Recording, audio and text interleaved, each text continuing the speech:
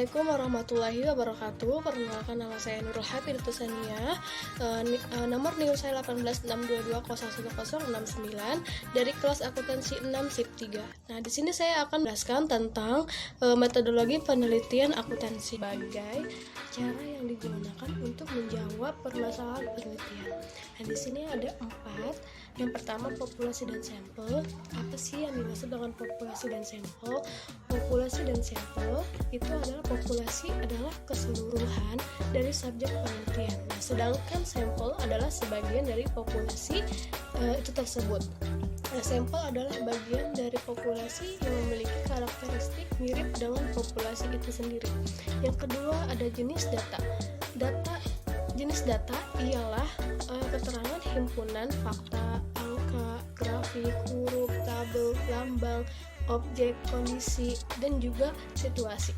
Selanjutnya, definisi operasional. Yang pertama itu harus tentukan dulu variabel apa saja yang akan diteliti. Nah, pastikan fungsi masing-masing variabel, apakah sebagai variabel bebas atau variabel terikat. Nah, yang terakhir ada Selanjutnya, yang ketiga, ada definisi operasional. Nah, di sini definisi operasional itu adalah bagaimana peneliti akan menjelaskan tentang suatu variabel yang akan diteliti. Nah, langkah-langkah penyusun metode analisis data. Nah, metode analisis data ini adalah metode dalam memproses data menjadi informasi agar mudah difahami. Selanjutnya ada definisi operasional, adalah cara mengukur variabel dengan menggunakan berbagai skala. Nah, di sini ada macam-macam skala pengukuran. Skala pengukuran dan instrumen penelitian, macam-macam skala. Skala pengukuran dan instrumen penelitian, macam-macam skala pengukuran terbagi menjadi 4 bagian. Yang pertama ada skala nominal, yang kedua ada skala ordinal, yang ketiga ada skala interval, dan yang terakhir ada skala rasio. Nah, skala nominal ini adalah skala yang dipakai untuk mengklasifikasikan objek, individu maupun kelompok. Nah, contohnya mengklasifikasi agama, jenis kelamin, area geografis, dan pekerjaan. Yang kedua, skala ordinal. Skala ordinal adalah skala yang memberikan informasi mengenai jumlah relatif karakteristik yang berbeda yang dimiliki suatu objek ataupun individu tertentu. Yang ketiga ada skala interval. Yang terakhir ada skala rasio. Nah, skala rasio ini atau skala pengukuran yang mempunyai nilai nol mutlak dan mempunyai jarak yang sama. Misalnya umur seseorang dan ukuran timbangan berat badan. Nah, selanjutnya ini ada pengertian skala interval atau Likert. Nah, skala Likert ini digunakan untuk mengukur sikap atau pendapat, persepsi seseorang atau kelompok orang yang tentang fenomena seseorang. Keduanya tidak memiliki angka nol negatif. Pada skala interval ini, perbedaan antara satu kategori dengan kategori yang lain, skala interval tidak memiliki nilai nol absolut. Selanjutnya, dengan skala Likert ini, variabel dijabarkan sebagai indikator, kemudian indikator dijadikan item-item pertanyaan. Nah, jawaban setiap item instrumen mempunyai gradasi dari sangat positif sampai sangat negatif. Nah, yang C ragu-ragu atau kadang-kadang yang lebih netral diberi skor 3. Nah, yang D tidak setuju, hampir tidak pernah, atau negatif diberi skor 2. Yang E sangat tidak setuju dan tidak pernah diberi skor 1. Skala Goodman, skala pengukuran dengan 2 jawaban yang tegas, data yang didapat interval atau rasio. Skala Goodman dapat dibuat dalam bentuk pilihan ganda. Selanjutnya ada skala nominal. Skala nominal ini pengukuran di mana angka tidak memiliki makna kecuali hanya sebagai pembeda.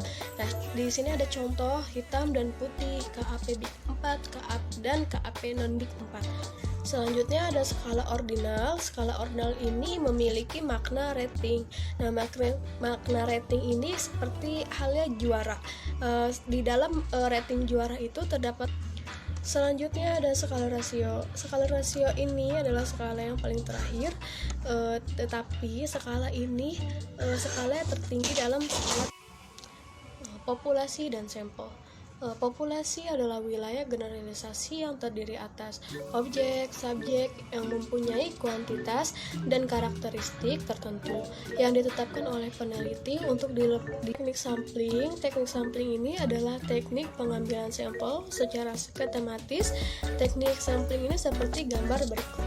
Nah, teknik sampling ini terbagi menjadi dua. Yang pertama ada probability random sampling, yang tiga ada Disrofortionate Stratified random sampling. Nah, yang keempat ada area atau cluster sampling, sampling menurut daerah. Kita bahas satu persatu dari bisa dilakukan dengan melalui undian, tabel bilangan random, atau dengan acak sistematis. Nah, selanjutnya saya juga akan memberi contoh tentang area atau cluster. Nah, area sampling ini, latihan ini, yang pertama simple random sampling ini adalah subset dari populasi statistik, di mana setiap anggota memiliki probabilitas yang sama untuk dipilih. Nah, yang kedua ada random sampling, Nah, yang ketiga ada Disproportionate Stratified random sampling. Nah, yang dimaksud dengan ini adalah teknik pengambilan sampel yang digunakan bila populasi mempunyai anggota atau unsur yang tidak peneliti merencanakan. Misal, sampel yang diambil adalah daftar nomor urut ke-10 dan kelipatannya misal 20, 30, 40 dan seterusnya sampai 1000. Lalu peneliti mengacak daftar 1000. Maka seorang peneliti ingin meneliti pola konsumsi mahasiswa Fakultas Ekonomi di suatu universitas. Nah, jumlah total populasinya ada 1000 mahasiswa. Peneliti hanya ingin melakukan survei pada 100 mahasiswa saja. Teknik sampling yang dilakukan pertama-tama, contoh sampling accidental ini, seorang yang diambil sebagai sampel karena kebetulan orang tersebut ada di tempat kejadian tersebut. Nah, atau kebetulan dia mengenal orang tersebut. Teknik sampling non-probability sampling. Non-probability sampling ini adalah teknik yang tidak memberi peluang atau kesempatan sama bagi setiap unsur atau anggota populasi untuk dipilih menjadi sampel. Yang pertama ada. Nah, selanjutnya sampling purposive. Nah, sampling purposive ini adalah teknik penentuan sampel dengan pertimbangan tertentu. Misalnya, akan melakukan penelitian tentang disiplin pegawai di sebuah perusahaan, maka sampel yang dipilih adalah orang yang ahli dalam bidang pegawaian saja. Nah, yang selanjutnya ada sampling jenuh. Nah, sampling jenuh ini adalah teknik penentuan sampel bila semua anggota populasi digunakan sebagai sampel.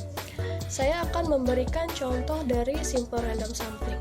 Nah, contohnya ini sebagai berikut. Jumlah siswa di sebuah kelas di SMA Jakarta yang akan diberikan bantuan. Simple random sampling ini adalah teknik sampling dengan setiap anggota populasi memiliki peluang sebagai dipilih menjadi sampel, dipelajari dan kemudian ditarik kesimpulannya.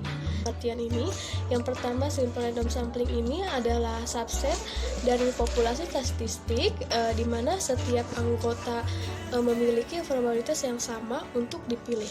Nah, yang kedua ada random sampling adalah. Nah, yang ketiga ada Disproportionate Stratified random sampling. Nah, yang dimaksud dengan ini adalah teknik pengambilan sampel yang digunakan bila populasi mempunyai anggota atau unsur yang tidak homogen dan bersasta-rata, tetapi kurang profesional. Nah, yang terakhir area atau cluster adalah teknik yang digunakan untuk pengambilan sampel pada daerah. Misalnya, seseorang marketing manajer sebuah stasiun TV ingin mengetahui tingkat penerimaan di daerah tersebut atas sebuah tayangan yang ditayangkan stasiun TV tersebut. Teknik ini sangat tepat dilakukan untuk keseluruhan anggota populasi, yaitu semua guru. Sebagai contoh dari sampling jenuh ini, misalkan peneliti ingin mengetahui kinerja guru dari SDX. Karena jumlah guru di sekolah tersebut sebanyak 32 guru, maka peneliti mengambil. Nah, demikianlah dengan materi-materi yang dapat saya jelaskan. Kurang dan lebihnya saya mohon maaf. Sampai bertemu di video selanjutnya. Assalamualaikum warahmatullahi wabarakatuh. Untuk dijadikan sampel, nah begitu seterusnya, sehingga jumlah sampel semakin banyak. Nah, ibarat bola salju yang menggelinding, maka semakin lama semakin besar. Nah, demikianlah dengan materi-materi yang dapat saya jelaskan. Kurang dan lebihnya saya mohon maaf. Sampai bertemu di video selanjutnya. Assalamualaikum warahmatullahi wabarakatuh.